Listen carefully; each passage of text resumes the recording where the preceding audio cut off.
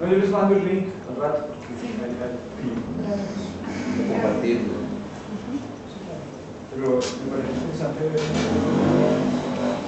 Bueno, mi exposición es sobre el neoliberalismo. Voy a lanzar de una vez lo que dice Harvey como teoría. Dice que es un proyecto político para restablecer la acumulación del capital y el poder de las élites económicas. Muy simple, ¿no? De una introducción. David Harvey es geógrafo y urbanista y dicta cátedra de antropología. Él nació en el Reino Unido, pero reside en Estados Unidos. Nueva York, Sí, y Noam Chomsky, lingüista, también filósofo y activista, es antropólogo y uno de los más reconocidos autores en Estados Unidos. Pues él es lingüista y de hecho la mayoría de su celebridad está en la lingüística, en la gramática transformacional, que es la tesis que propone. Pero no voy a quitar este tema. Y tiene muchos videos también. Bueno, él va pasando rápidamente por la historia, entonces más o menos habla como de el antes y el después de la Segunda Guerra Mundial. Bueno, también la Gran Depresión la menciona, y pues ya un periodo posbélico y de Guerra Fría, pues dice que hay una necesidad económica y social que se ve tanto como en las personas, como en los políticos, para generar nuevas producciones, empleos y restaurar pues todo lo que ha sido Europa.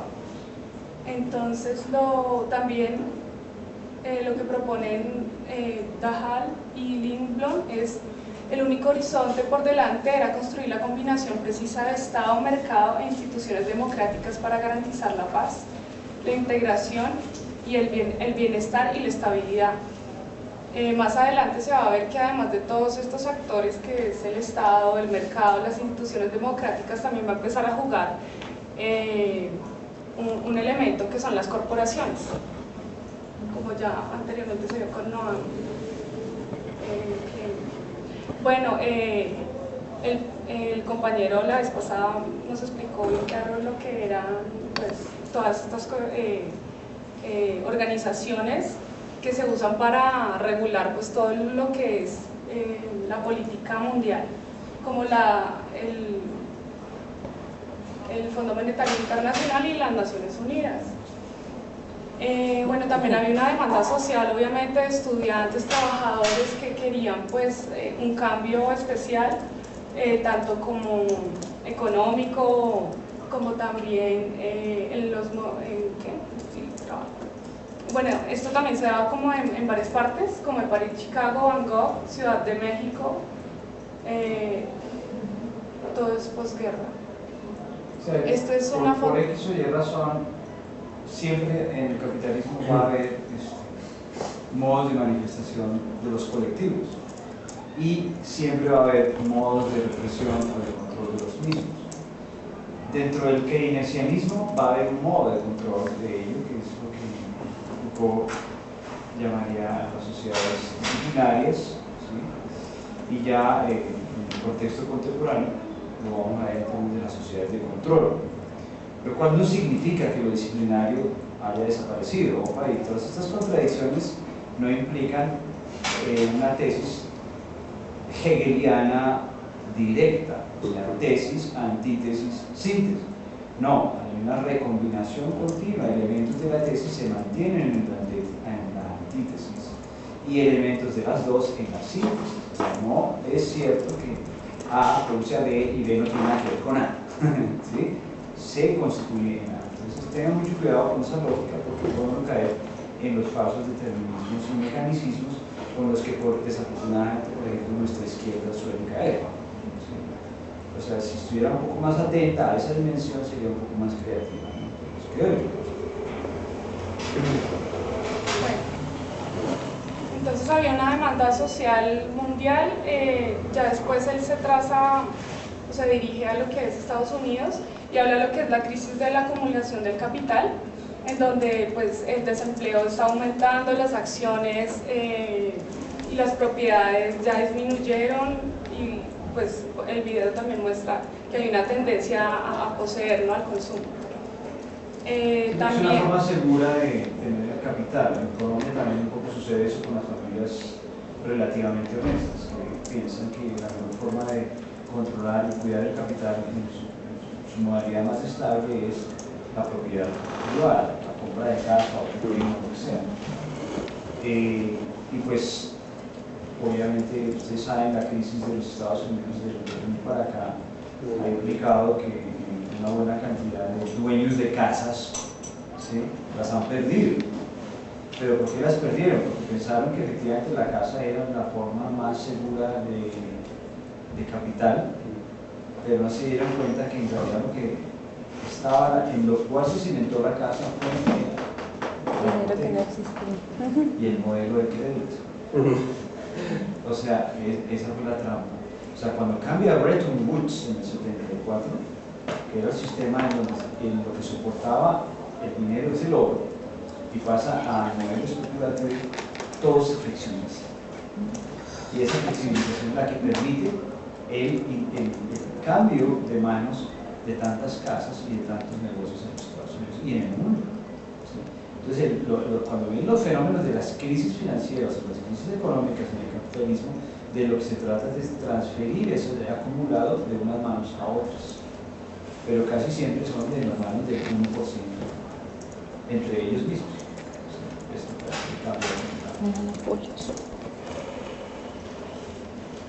Bueno, esta crisis de acumulación del capital también en los políticos y economistas, él habla siempre de un giro, que el neoliberalismo es un giro, y también el punto de partida es como la crisis anterior.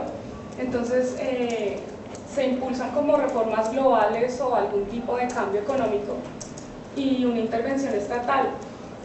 Aquí lo que yo más o menos como pude ver es que, digamos, en estos giros hay una motivación que podría ser algo bueno, digamos, desde el punto de vista del manifestante, ¿sí? Pero también puede haber una especulación por parte del Estado, de los económicos, etcétera, y un pretexto para injertar, como él dice, o hacer una intervención a un país o para modificar la economía. Sí, en particular, por ejemplo, en el caso chileno, es decir, que sirve de ejemplo para muchos. El caso, o sea, ciertamente la lectura que hicimos hoy, de hecho voy a pensar si es posible introducir una lectura, una tercera lectura, tampoco larga, ciertamente, pero luego una tercera lectura en donde hagamos un acople entre esta dimensión económica y política con una dimensión militar. Casi todas estas intervenciones, si no todas, vienen acompañadas de una logística en el orden de la intervención disciplinaria de la sociedad, tanto disciplinaria como en particular.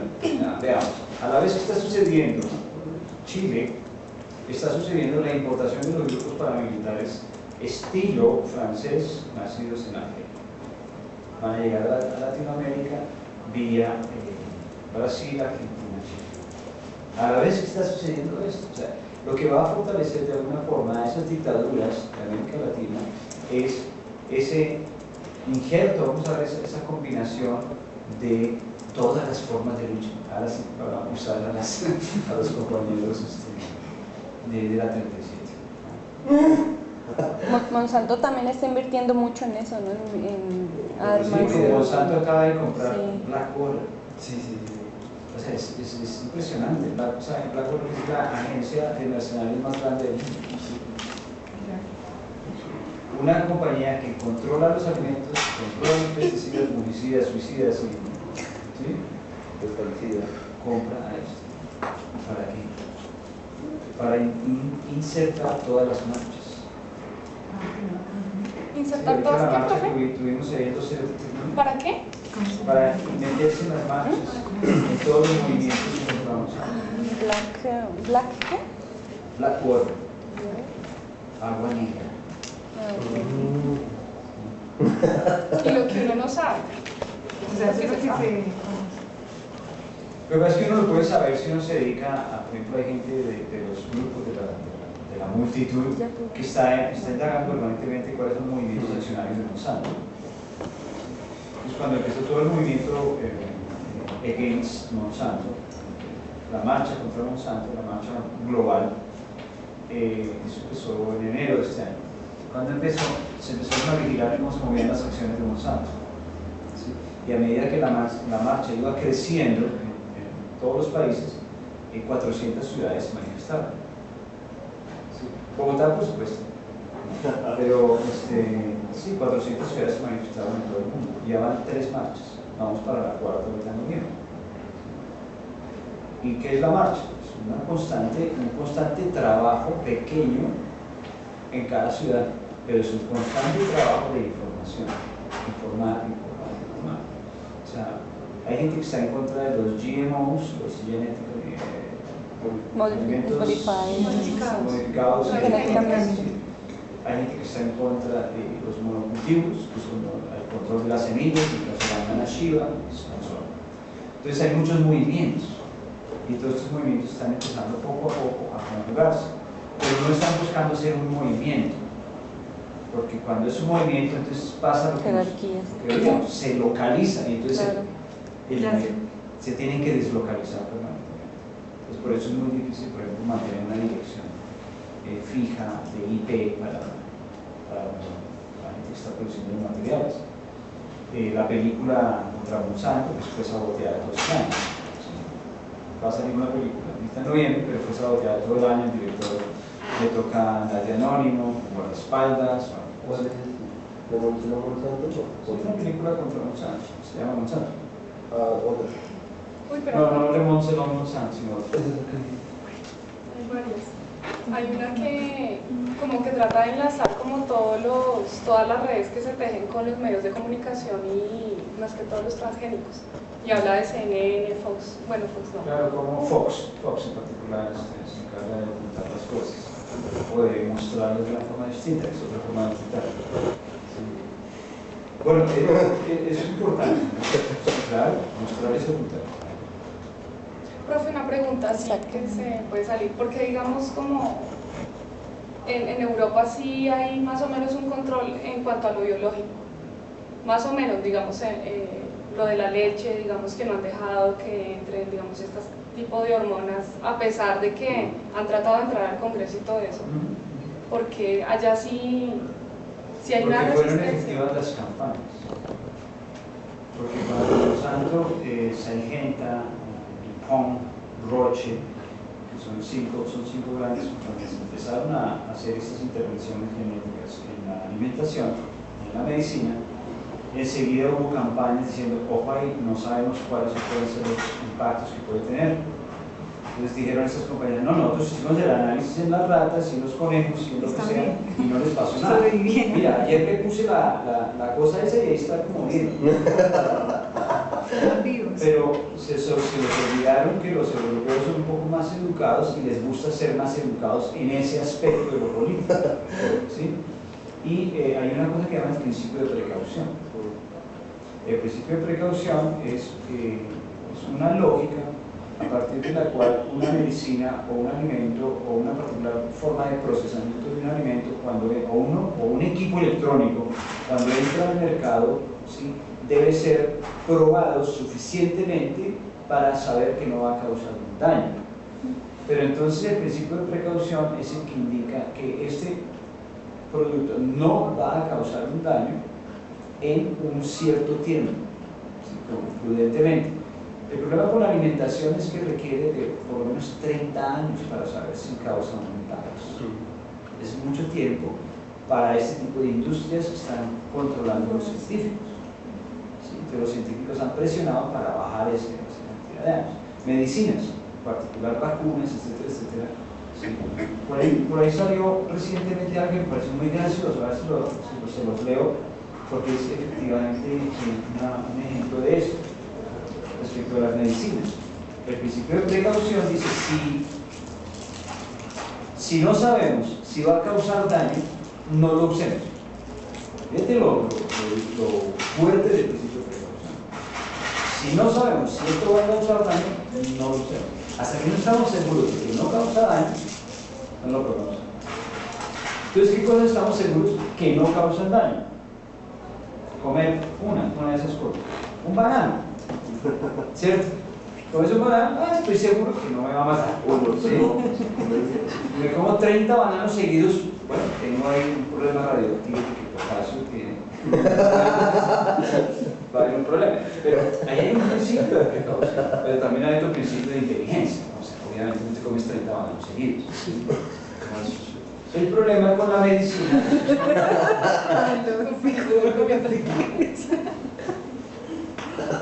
A ver si lo salve.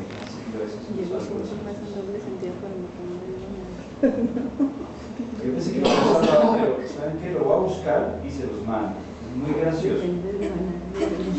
Básicamente decía, estoy tomando aspirina porque tengo un dolor de cabeza que me lo causó Sirtec, que es el de las alergias que me las causó otra medicina, y esta medicina fue porque me las causó Viagra, y esto me las causó tal cosa. Entonces, poco a poco, estoy tomando aspirina porque me causó dolor de cabeza, esta medicina porque esto, y así sucesivamente, por los efectos secundarios de la medicina. Cuando al final lo único que hacía parte era comer bien y hacer ejercicio, ¿no? Pero bueno, voy a buscarlo. ¿Quién determina? Lo determinan los ministerios de salud de los países, pero sobre todo los científicos. Sí, lo digo es porque hay dos cosas. Por ejemplo, la industria farmacéutica, la producción de un medicamento lo produce más o menos en 4 o 5 fases, dependiendo del tipo de estudio que sea. Y cada fase para un medicamento que sea, digamos, suficientemente financiado, el cual se le invierte no solamente dinero, sino inyecta recurso humano Y tiempo. por supuesto, en un estudio multicéntrico que pueda agrupar los mejores centros de investigación en los 5 continentes, pues puede perfectamente durar entre 10 y 15 años. ¿Sí? Eso para los que más duren. Hay moléculas de medicamentos que pueden durar 4 o 5 años porque la presión es sumamente intensa y se saca al mercado antes, en fase 3, por ejemplo, una fase donde no se ha probado la eficacia. Hay una base teórica de mecanismo de acción, pero los riesgos de seguridad del medicamento tampoco ha sido suficientemente probado. O sea, por el principio de precaución que haría en el papel. El otro es esperar 30 años a probar si un aditivo químico, por ejemplo, genera un problema. Tengo bebés de 6 meses que tienen todos los problemas del mundo por la tartracina que consumen las mamás. Entonces, si uno observa, por ejemplo, hay una buena cantidad de medicinas que han salido del mercado. sí. ¿Y cuánto tiempo estuvieron en el mercado? Pero es que FDA está también comprado. O sea, FDA tiene una serie de alertas para los médicos. El médico está actualizado y está leyendo las alertas de FDA. Las alertas de FDA son supremamente viciadas. Sí, viciadas. La FDA es la Food and Drug Administration de los Estados Unidos. Es la que analiza la seguridad de los alimentos. Pero obviamente están comprados. El director de la FDA fue subdirector de Monsanto. Y se rotan esos cargos. O sea, ponen al zorro a cuidar las gallinas. Y lo otro es lo que se maneja también con los fármacos, que es la iatrogenia, ¿no? ¿La qué? O sea, lo que tú decías, que un medicamento pues puede tener esos efectos colaterales, ¿no? Tiene otro sentido. O sea, tiene que haber una mala praxis médica. Pero sí es cierto, o sea, el círculo vicioso de los medicamentos es una constante, y esa es una de las razones por las cuales ha cobrado vigencia terapias como la medicina bioreguladora o la medicina biológica. Realmente 15 universidades en el país están promocionando así con vigor cada semestre posgrados en medicina biológica, que tiene también algo perverso, y es la promoción también por un lado de la medicina alemana, que es la que está llevando la batuta en este sentido, pero que, bueno, no intento ser de un lado porque es un tema pesado también. El enriquecimiento de una sola industria farmacéutica, que es la que produce esto, tiene una competencia que requiere, pero de lejos, pero es el potencial reduccionismo de todos los efectos adversos que sí producen los otros medicamentos, o sea, tal cual, como lo escribió. Realmente sucede así. Yo me la paso todos los días quitando medicamentos que no son otra cosa que la presencia de efectos adversos que están escritos. Y el paciente pelea por porque no le está mantenerse. quitando la ¿Cómo me va a quitar el vida? Está grabado, está grabado. Comencemos por ahí. Claro, porque son adaptaciones culturales, o sea, a veces se aceptan unos venenos sociales y uno entra en esos juegos de consumo. Sí, o se tapan huequitos, o sea, los efectos adversos se tapan o se cubren con otros medicamentos. Entonces, pues sí, hay maneras de hacer eso, pero obviamente no es La idea. como una cosa como dice. Sí, voy a buscarles eso, pero ya lo estimula eso es lo que cuenta ahorita. Además es como hablábamos de eso ahora. El problema del principio de precaución funciona también para otras cosas. Por ejemplo, se puede usar para la minería. ¿Sí? Cuando uno analiza el tipo de afectación que sufren los ecosistemas, y los ecosistemas nos ofrecen unos servicios, agua, aire, etcétera, etcétera, en qué medida las intervenciones en esos ecosistemas van a producir afectaciones a largo plazo. ¿Sí? El capitalismo no le gusta la palabra a largo plazo, la detesta, porque le obliga a tomar unas responsabilidades y unos enormes costos de atención y de investigación a eso. Por eso hay mucho científico independiente que le toca hacer el análisis, evaluarlo y decir, por ejemplo, el caso de los que echaron del trabajo el otro día, ¿sí? Detectaron que el consumir el maíz transgénico de Monsanto, las ratas después de cierto tiempo empezaban a sufrir una serie de alteraciones violentísimas en sus cuerpos, cancerígenas, etc. Y al otro día que les dijeron eso, lo sacaron de la universidad en Inglaterra. O sea, Monsanto es Estados Unidos, no, Monsanto es global. Ahí hay unos temas que son muy curiosos, esas combinaciones tan perversas de comprar a Blackwater, o sea, es como Sí, comprar sí. el pacto de la Rita con todo. Pero para el ejemplo de las vacunas, Para no ir muy lejos. las vacunas es la Fundación OMS, la Asociación de Infectología a nivel nacional, las políticas de salud pública que genera esta despoliticadas con los hospitales, con los centros de distribución de vacunas. Eso es un mercado impresionante, o sea, vacunas que realmente no se necesitan. Entonces, nosotros, digamos, parte de la buena praxis médica es que se recomienden y se ordenen medicamentos que se den un calendario de vacunación. Y no sirve, o sea, para la próxima cosa se ve diciendo en línea. Eso funciona así. Hace como 2 años compraron un paquete gigante de vacunas. Se probó el fenotipo que sabía, pues trabajaba para el virus de la empresa en ese momento, no servía absolutamente para nada, pero aún así se distribuyeron. Sí, ¿cuántos países no compraron una carga enorme de la A1H1? O lo del papiloma, ¿no? También. Para las niñas me parece tema. Sí, papiloma, pero desafortunadamente, no le pongo papiloma. Anuncio médico. Pero en Twitter, de verdad, no, en Facebook. Las escuelas, además. Pero no, o sea, ¿en serio no? No. Bajito le produces autismo a la gente. Pero Wow. Hay un incremento. Y todas se las ponen. Pero si es una política pública, antes los colegios llevan 3 dosis y las niñas realmente llegan al hospital y pasan, tienen un corralito de todas. y ya. Sí, no, es que es para el corral, tengo ahí. Eso es GlaxoSmithKline y Sanofi Aventis, las dos industrias que producen salvajes, son las dos vacunas para abrir el hombre. Y el tema con eso es que existen más de 100 serotipos de virus de papiloma humano, más o menos 4 son los que se han reconocido públicamente como los más cancerígenos, pero eso es lo que en el momento en que produjeron la vacuna se llevaba a investigación y avance. Hoy día sabemos que hay más de 10 serotipos que pueden producir cáncer de piel característica. No necesariamente esos cuatro, la que más protege, entre comillas, la más costosa, que es la contra cualquier otro tipo, además se la recomiendan a los hombres, pero no solamente no funciona, sino que tiene serias complicaciones en las mujeres. O la invención Una amiga es investigadora de cáncer en Albuquerque y me contó eso de cómo es que se hace el cáncer y cómo el virus colabora. Entonces, pues sí, es difícil con una vacuna. Sí, eso es claro.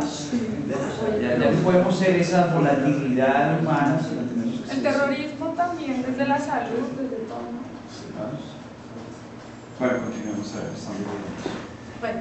Yo no encontré eso.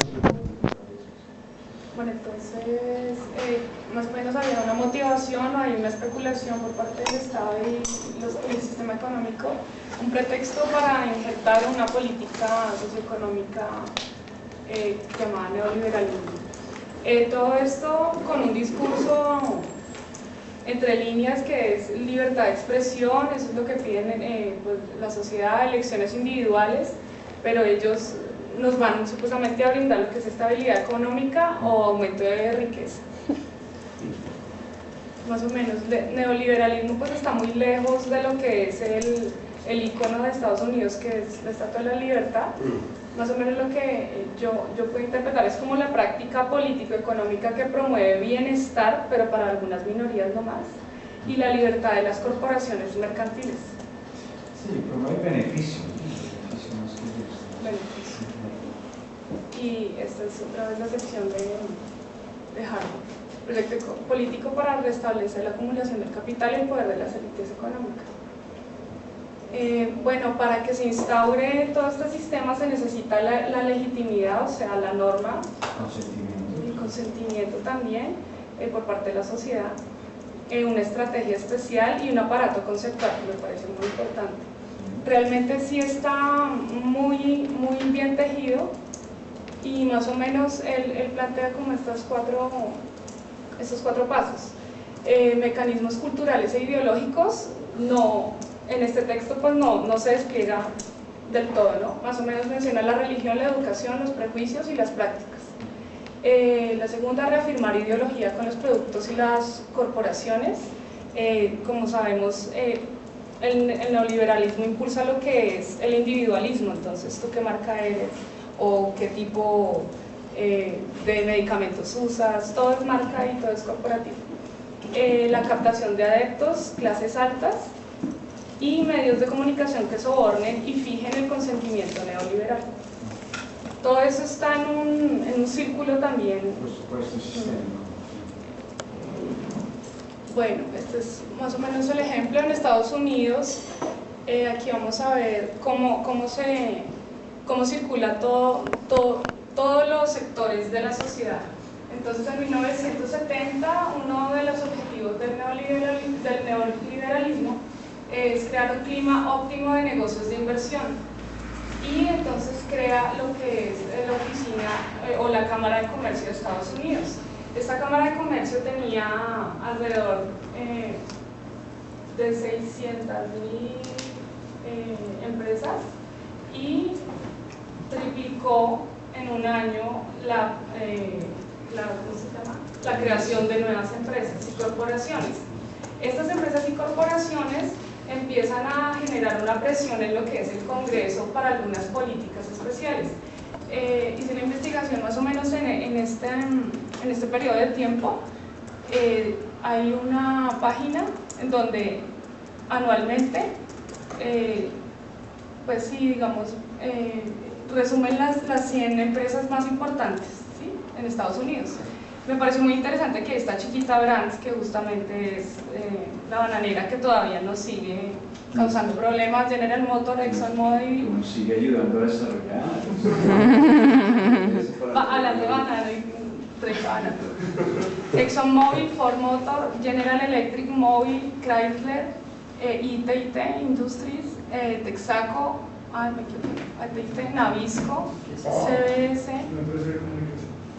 Sí, varios son medios de comunicación, CBS, y en ese tiempo, ¿no? Yo creo que ahora ya son más medios de comunicación y por canales. supuesto, hoy en día aparece Apple, el grupo. Antes era más automovilístico. Y Monsanto, que ya, bueno, desde la segunda ya estaba ahí con sus pesticidas. 100 años. Sí, desde los pesticidas. O hasta más, desde el 30. Desde el 20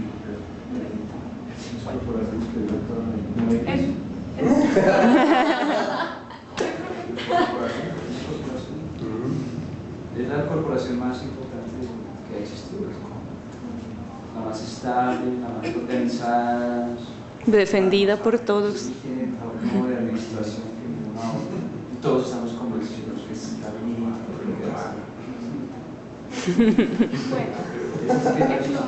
Entonces estas empresas empiezan a generar una presión en lo que es el Congreso de la República y en los partidos para generar estudios científicos, argumentos filosóficos, justamente para apoyar esas teorías neoliberales y pues más o menos normalizar en el discurso, en el día a día también, pues este nuevo sistema político. Entonces crean pues artículos, también en los medios de comunicación, repetición, pues para que se normalice todo esto. Él menciona lo que es el think tank, que es, bueno, think tank, es que suena raro, think tank. Think tank. Think tank, los centros de investigación. Que es como, sí, Sí, por ejemplo, la Fundación Arcoíris. Arcoíris era que investiga todos los movimientos ambientales. No, ese es Seguridad y Democracia. No, La Fundación Seguridad y Democracia, la de Arcoíris es la de León Valencia, la de los desmovilizados del... sí, claro, pero hola, son dos. Y bueno, eso es lo que hacen. Producir algunas veces conocimiento científico o social, en el sentido científico de la palabra, o pseudocientífico. O sea, ahí tienen ustedes la, ¿cómo llaman el escudero este libro? José Tulio, citando a Foucault.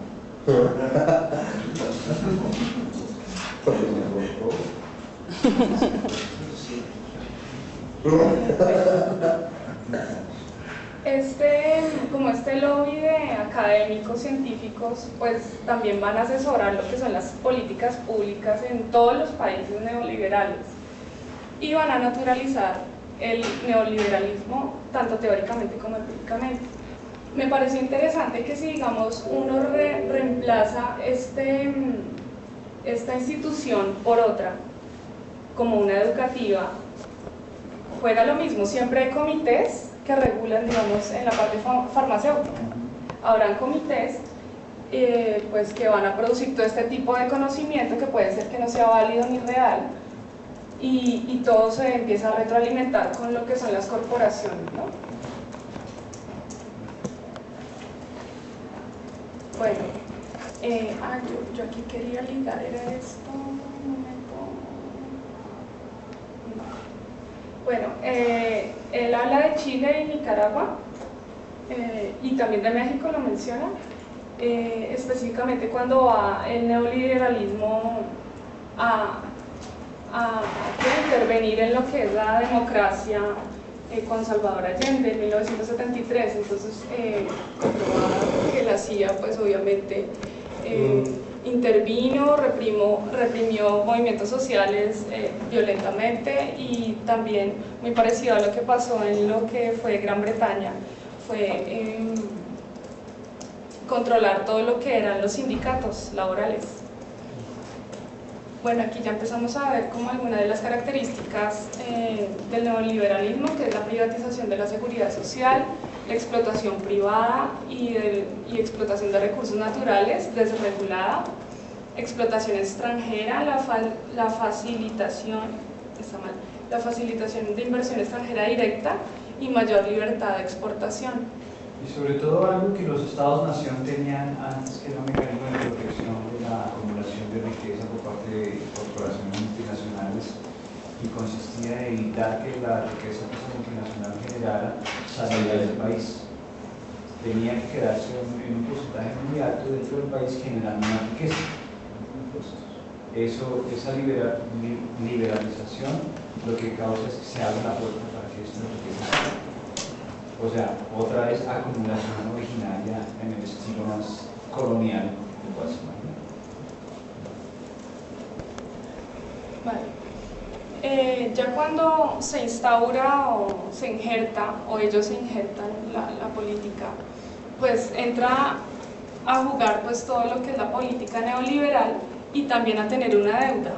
Entonces, él explicaba que es un círculo vicioso y en él hay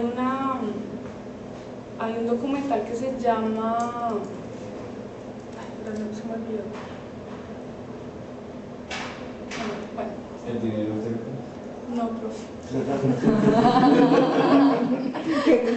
No, se me fue la paloma. ¿En qué contexto? Era que él habla como, sí, ¿será ese? Sí, porque habla como que o sea, todo es un vicio, o sea, desde el capitalismo, o sea, el consumir es un vicio y tú no lo puedes ya controlar. Y entonces sigues como en un círculo y no te puedes salir, es más o menos... Pero no estoy segura. La historia de las cosas. La historia de las cosas. Sí, suena ese, que es como animado, así como es dibujado secuencias. ¿El de McDonald's?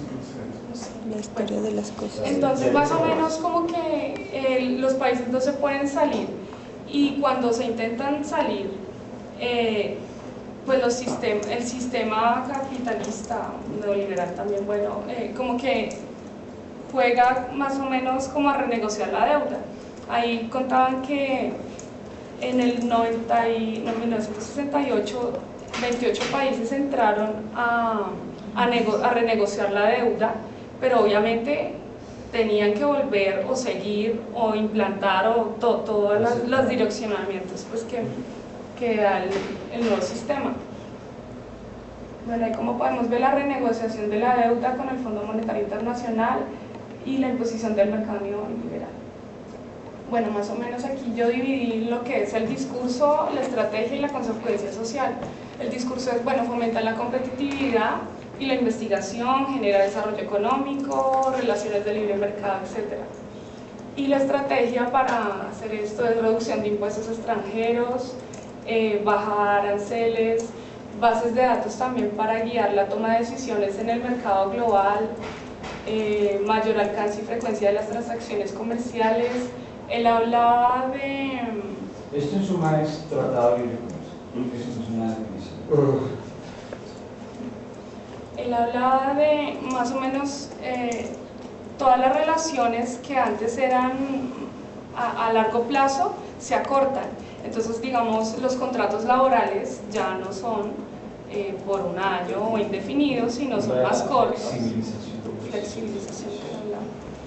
Y la acumulación de la propiedad privada, también lo que es la privatización de los recursos naturales y pues la consecuencia, como ustedes pueden ver, vulneración de derechos, intimidad, uso de poder, disminución de justicia, maquila global, corporaciones y marcas transnacionales, contratos cortos, incrementación de desigualdad social.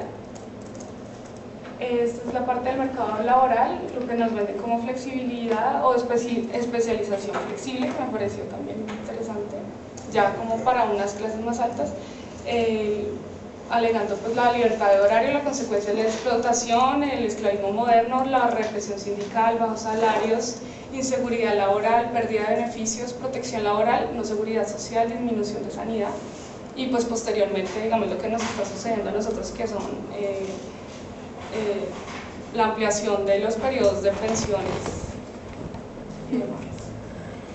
Bueno, como ustedes ya saben, pues el discurso de la libertad de Estados Unidos, igualmente que se introdujo en Chile, pues se ha introducido en otros tipos en otros países, ¿no? Como Irak. Siempre el terrorismo en el discurso, una amenaza a la libertad y a la seguridad, y pues ellos se muestran como garantes. Él siempre, digamos, enfatiza que ya no es importante las personas ni los derechos de las personas, sino ya las corporaciones, se le da más prelación a la seguridad, a la estabilidad de la corporación. La corporación adquiere derechos como si fuera un ciudadano, pero no adquiere responsabilidades como si fuera ciudadano. Es decir, tiene derecho a ser eximida de impuestos, a ser protegida, explotar a ser tierra. Sí, tiene todos los derechos. Pero si causa un daño, no puedes meter a la cárcel a la corporación. ¿A quién metes? ¿Al edificio? ¿Al símbolo? Muy astuta la cosa.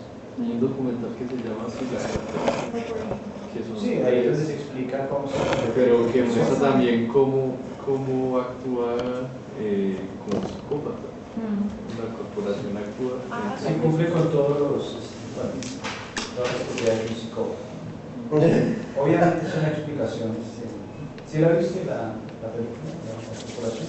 No, me causó curiosidad. No, es interesante la forma como van llegando a los puntos. Obviamente es una explicación no detallada de una psicopatía, pero sí está tratando de identificar una falta de interés o atención por el bienestar de los demás. Sí, en esa definición. La película es buena, todavía sigue siendo la que inauguró todos estos materiales y sigue siendo la no documental. De hecho, muchas películas se siguen documentando en ello. La de Ethos, por ejemplo. Si la quieren ver en DVD, también la tengo. Bueno, está disponible ahora.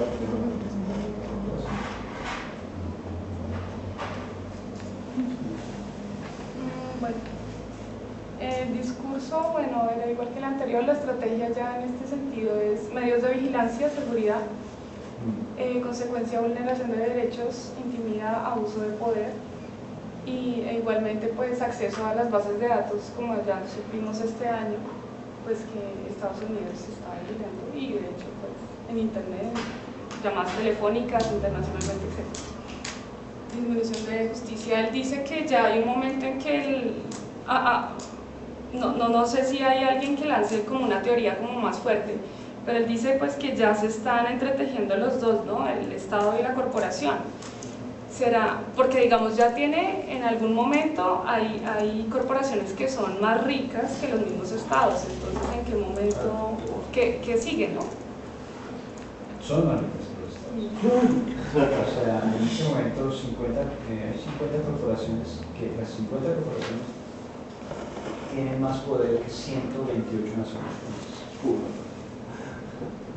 Y poder en no solamente curso económico, sino curso político. Son capaces de tumbar un gobierno cuando quieran, en el caso de México, es brutal. Acá también, obviamente, acá se mueven varios escenarios. No sé si ustedes sabían, ¿no? Irak, Siria, Afganistán, eran países como Libia, no tenían deuda con el mundo.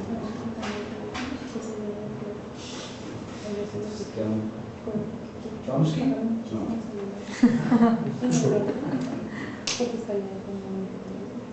Bueno, más o menos es como la línea de tiempo, ¿no? Estamos acostumbrados a se ve intervención. Se me olvidó decir en lo que fue de Estados Unidos, es que también se busca, hay momentos en que el intervencionismo se da, pues, por ejemplo, como él mencionaba como para regular los precios del petróleo. Entonces, cuando ya estaba desestabilizado, ellos tenían que intervenir y pues era como la excusa más o menos para hacer eso.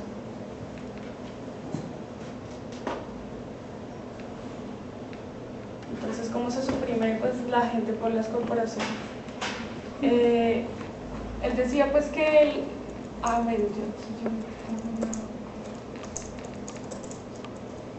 pues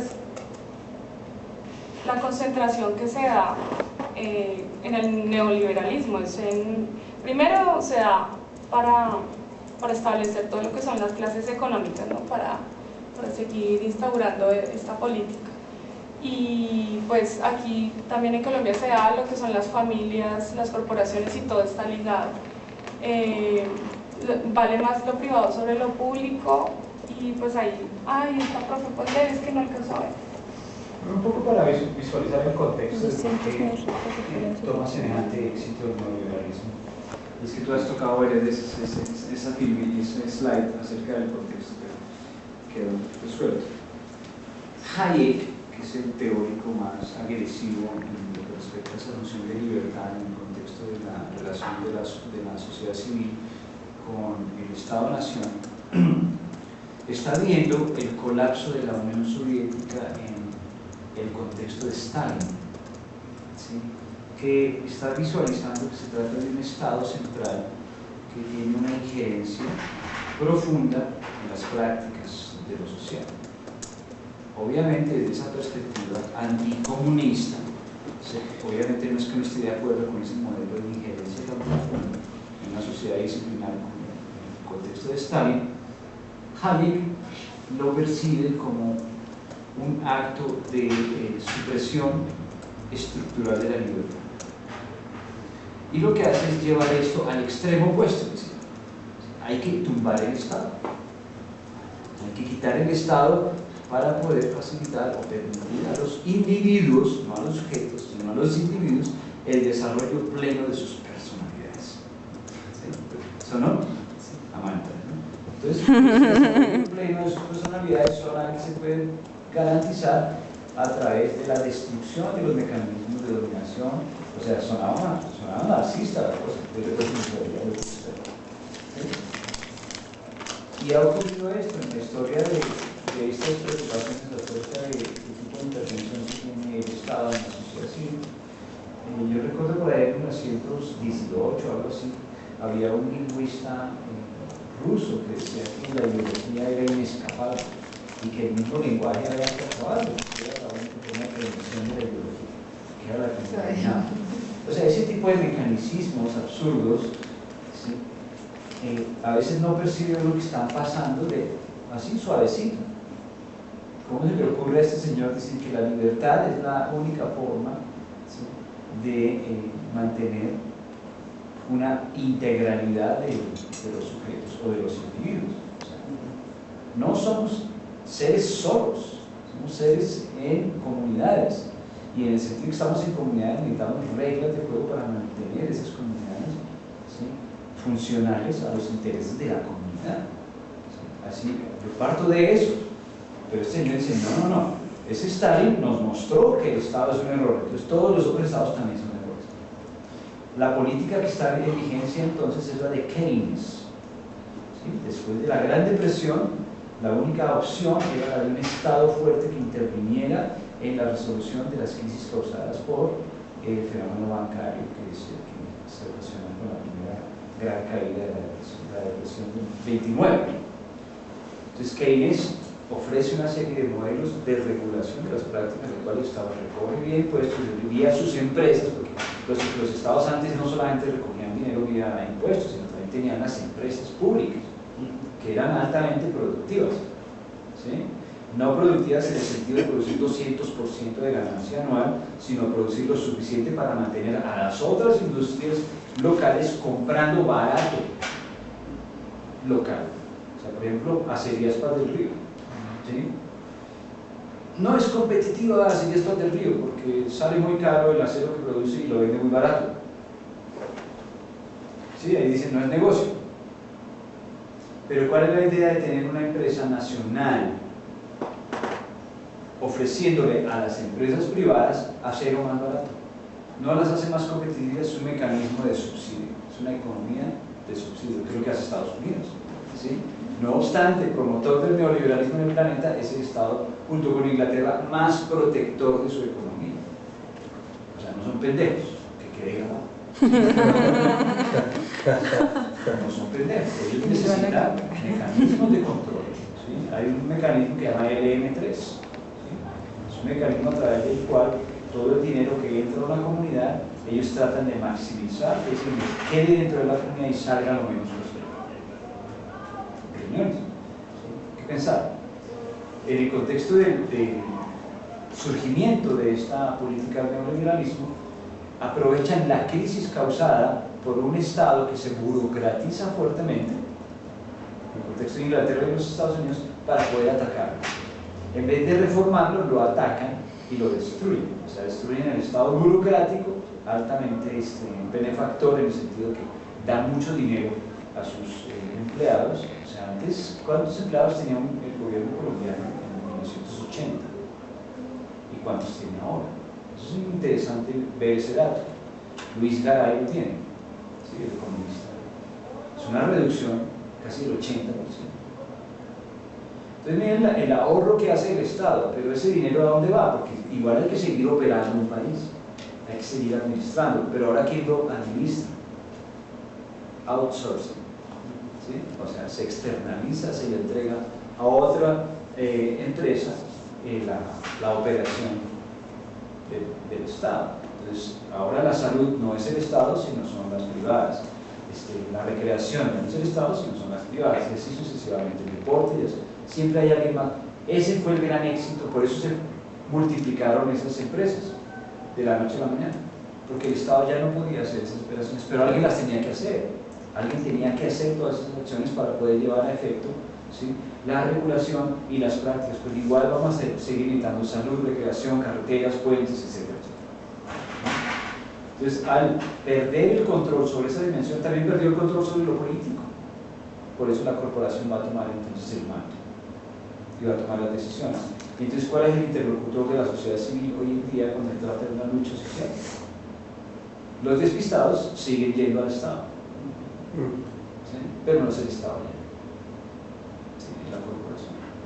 Entonces, por eso Robledo está enredado ahorita con el ministro de Agricultura, porque no sabe a quién atacar, si al Estado o si a Indupalma. ¿Sí?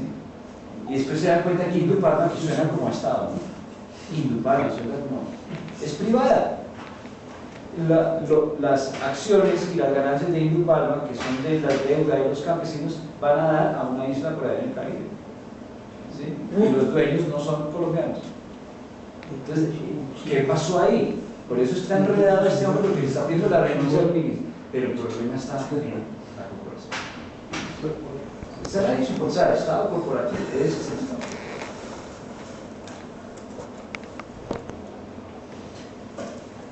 Bueno, dice, el neoliberalismo nos afecta en nuestro lugar de trabajo como en nuestro espacio vital.